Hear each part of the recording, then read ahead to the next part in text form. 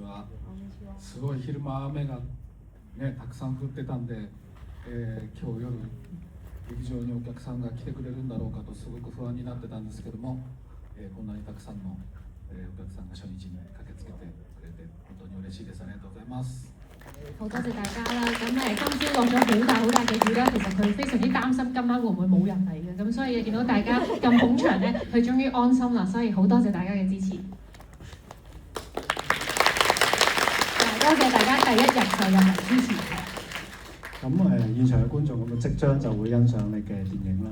咁或者你可以請你先同大家可能講下，到底你係因咩原因會創作呢個故事嘅？そうなんだよね。これから見るんだもんね。きっかけ、そうですね。ちょうど2年ちょっと前に、ネットのニュースで中国で生成 AI を使った死者のよみがえりビジネスが人気であるっていうちっちゃな記事を見て、日本でも同様の取り組みがいろんなところで起き始めていたので、きっとこれは広がっていくんだろうな、死者の弔いの形、グリーフワークの形が変わっていくのかなっていうふうにちょっと関心を持って調べ始めたのがスタートでした。なのでもちろんちょっと未来の話として AI の子供が家に戻ってくるという設定を使ってるんですけれども、僕の関心はその子供を受け入れて、親子関係をやり直そうとする人間の側の話を、書いてみたいなと思ったのがスタートでした。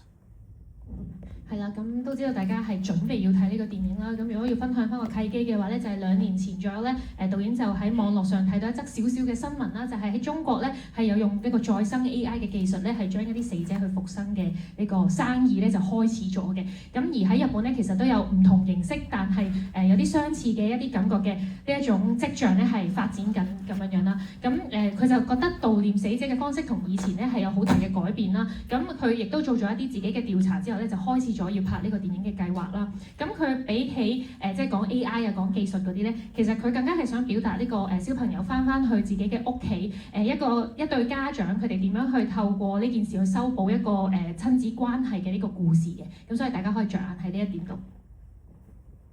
咁因為知道導演上一部電影作品《怪物》啦，咁就係坂元裕二先生嘅編劇作品。咁呢幾年近年咁導演都製作過2部係連續劇啦。咁今次即係再次寫一個自己構思嘅故仔，自己編劇，即係比起以前有冇啲咩唔同嘅感覺咧？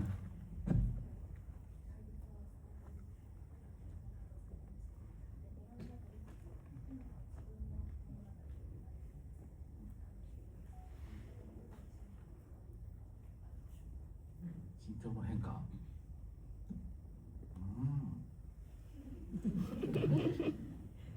坂本雄二さんというとても尊敬する脚本家の方が書かれた本を演出してみて、本当に明らかに自分では書けないセリフだったり構成だったりってとても勉強になったんですよね。でそこから3年経ったのかな、また自分で物語を書き始めてみて、成長してるといいなと思って、自分がそういう素晴らしい脚本家との仕事を経て、また自分の物語を書こうと思った時に、どういうふうに成長を見せられるかな、また今までとは違った物語をどうやったら語れるだろうかというようなことをチャレンジしてます。咁佢就話當然上一部作品咧就同一個非常之優秀同出色嘅呢個劇本家合作之後咧，佢都覺得佢寫嘅對白係我自己冇可能寫到嘅嘢嚟嘅。咁所以當時就喺跟佢身上學咗好多嘢啦。咁過咗3年啦，而家終於可以用自己嘅故事、自己執筆咁去寫劇本啦，就都會諗起點樣可以 show 俾大家睇到我嘅成長，或者俾大家見到我有改變咧，或者成長咧。咁呢個都係佢有一直諗嘅問題啦。咁所以希望今次大家都可以去睇下、feel 下，因為呢個係要觀眾先至感受到嘅問題。咁我哋時間差唔多啦，睇下導演最後仲有冇啲咩想同我哋嘅觀眾講？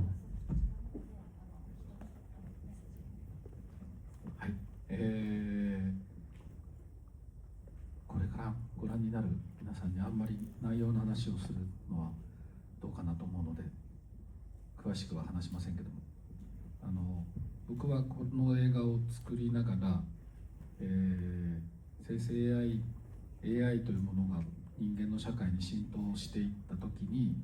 最後に残る人間の人間らしさってなんだろうなっていうことを見つめながら考えながら、登場人物たちと一緒に考えながら、この映画を作りました。この映画を見ながら皆さんの中でどんな問いが生まれるのかはちょっと想像がつかないんですけども、そんなことも一つ頭の隅に置きながら、映画を見ていただけたら嬉しいです。よろしくお願いします。今日はありがとうございました。咁喺唔劇透大家嘅情況底下咧，都唔可以講太多嘢啦。咁但係呢一套作品咧，其實係想俾大家感受喺而家 AI 滲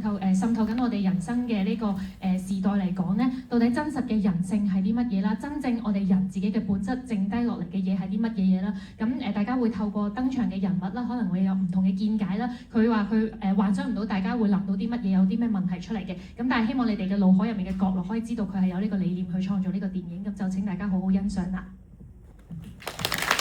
呢度我哋請導演同觀眾影一張大合照。